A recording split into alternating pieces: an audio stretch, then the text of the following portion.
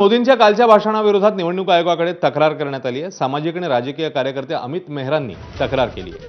आचारसंहिता सुरू असताना सरकारी व्यासपीठाचा वापर केला असं मेहरांचं म्हणणं आहे। तर सरकारी व्यासपीठावरून राजकीय टीकेमुळे समान संधी हिरावली, पक्षीय राजकारणासाठी सरकारी व्यासपीठ वापरलं असं मेहरांचं म्हणणं। मोदींच्या भाषणाने निवडणुकांच्या मुक्त आणि निर्भयतेबद्दल शंका निर्माण झाली आहे असंही त्यांनी म्हटलं। तर निवडणूक आयोगाने या संदर्भात दखल घ्यावी आणि तात्काळ चौकशी करावी असे मागणी करण्यात आली।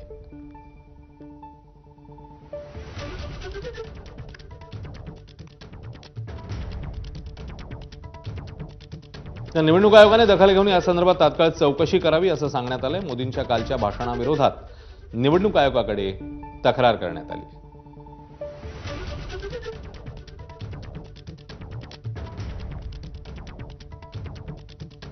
आता बातमी येते भोंदू खरात संदर्भातली। भोंदू खरातच्या प्रकरणामध्ये सुनावणीला सुरुवात झाली आहे।